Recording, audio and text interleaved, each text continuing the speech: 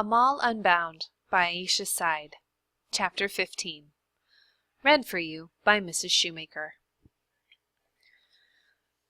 Jawad Sahib's driver would be here any minute. My suitcase was packed and resting on my bed. My mother had lent me the aluminum-cased one from her own wedding dowry.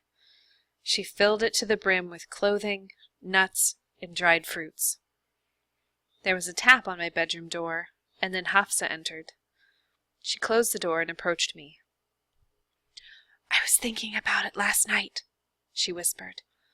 "What if you ran away? Maybe hid in my house?" "Hafsa, I couldn't do that." "My parents wouldn't even need to know," she said. "My closet's pretty big.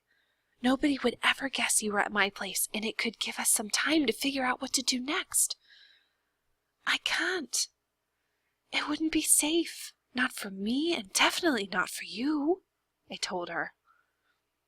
"But that's what friends do." Hafsa's eyes watered. "You would do the same for me." "I know." I gave her a hug. "It means a lot. But if I don't go, he'll go after my family." And besides, I thought, how long could we keep it up anyway? It's not as if I could simply run away without looking back. This was all I knew. My roots sank too deep into this earth.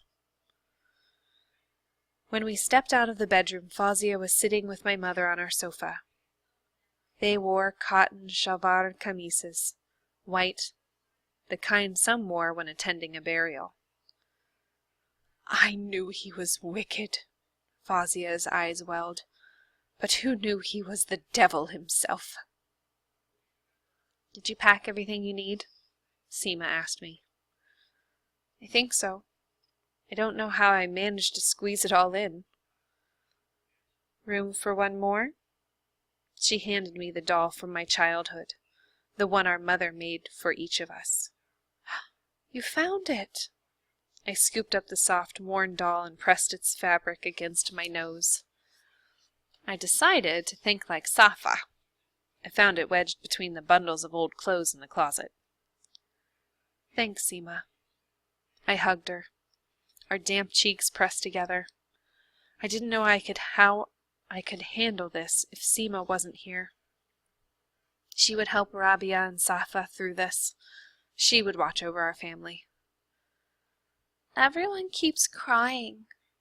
Rabia tugged on my leg. My sisters hadn't left my side all morning.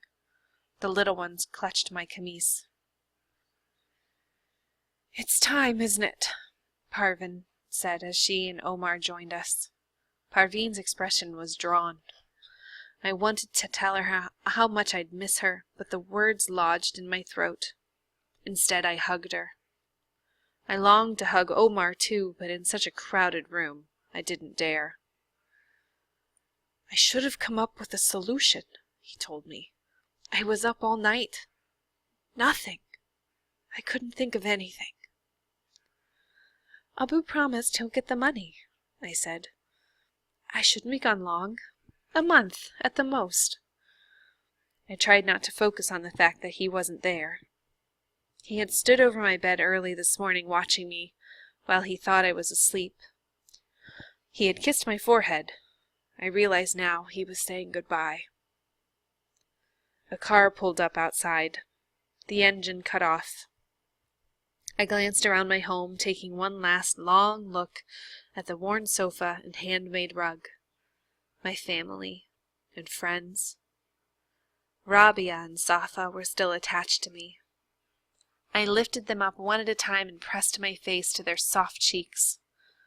I kissed them twice, then 3 times, but would I ever get enough? There was a knock on the door. My mother pressed a clump of money into the palm of my hand along with a gray phone. "It's Fawzia's old phone. Call as soon as you can. Let me know you're safe." She wiped my eyes. "You will be strong. You will hold your head up high. No matter what happens, no matter where you are, you're my daughter." I kissed Lubna. I hugged my mother one last time. I had hardly even stepped outside my home without someone by my side. Now I was leaving, alone. A gray-haired man in an ill-fitting suit was at the door. He picked up my suitcase, and before I lost my nerve, before I ran away and never stopped, I followed him toward the waiting black vehicle.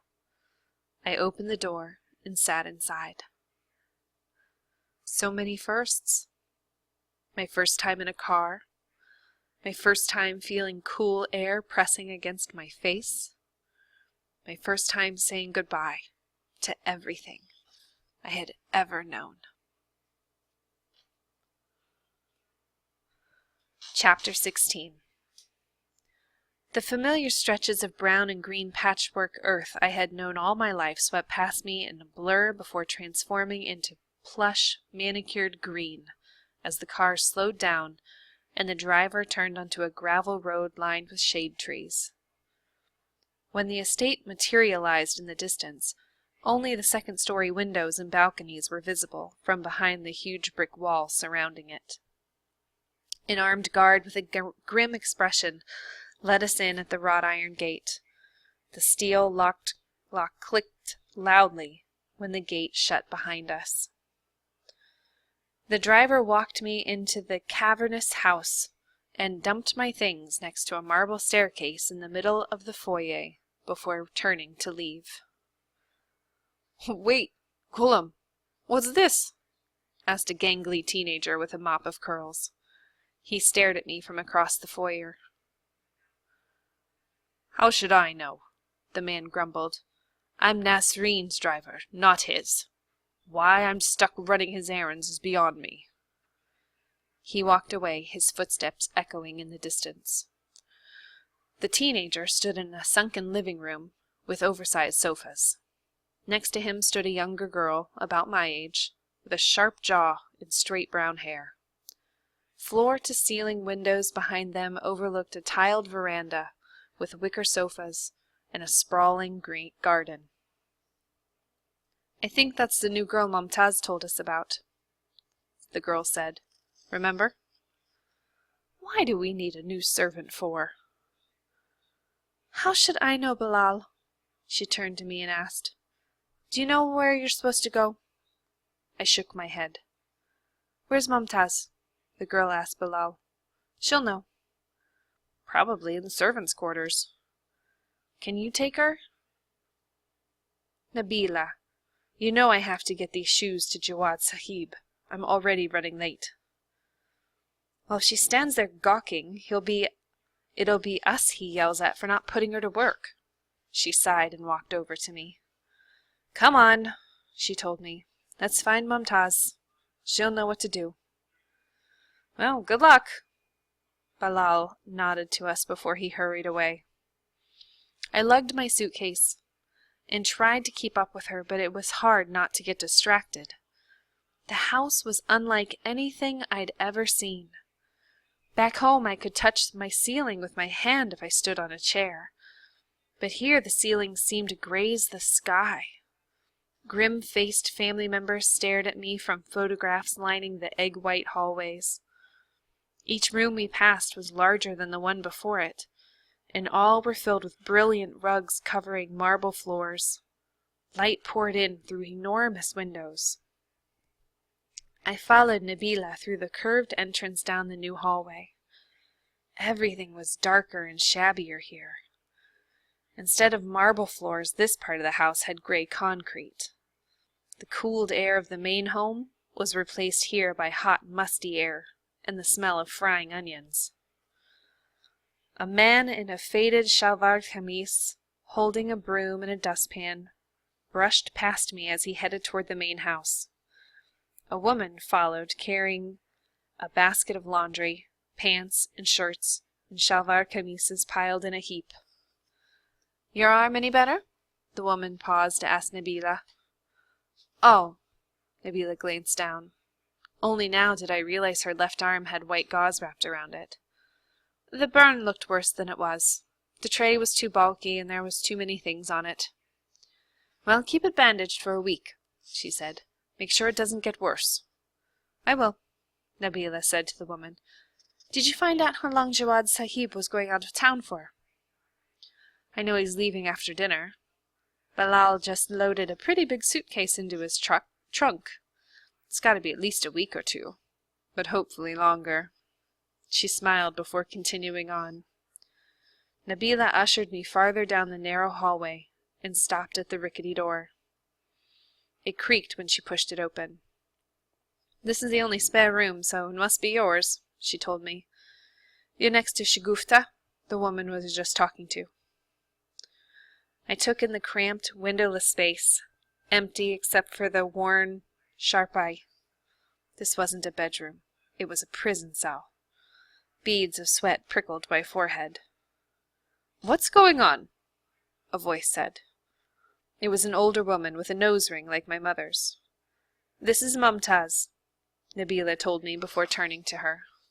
"I was looking for you. The new girl arrived." She gestured toward me. "I didn't know where to put her."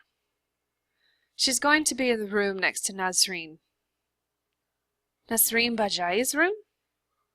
Nabila stared at her. "I know. She just told me," Mumtaz replied. "But why?" Nabila asked. "How should I know?" Mumtaz glanced at my suitcase.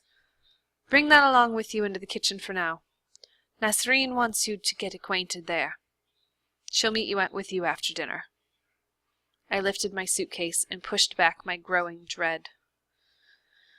"It's hard at first, I know," Mumtaz said gently, "but you'll get used to it." Get used to it? I thought of Safa and Rabia shrieking through the house, Lubna sleeping in my arms, the sound of Omar's bicycle chime. That was the life I was used to, and it felt as distant to this one as the stars in the night sky, the stars that could no longer guide me home.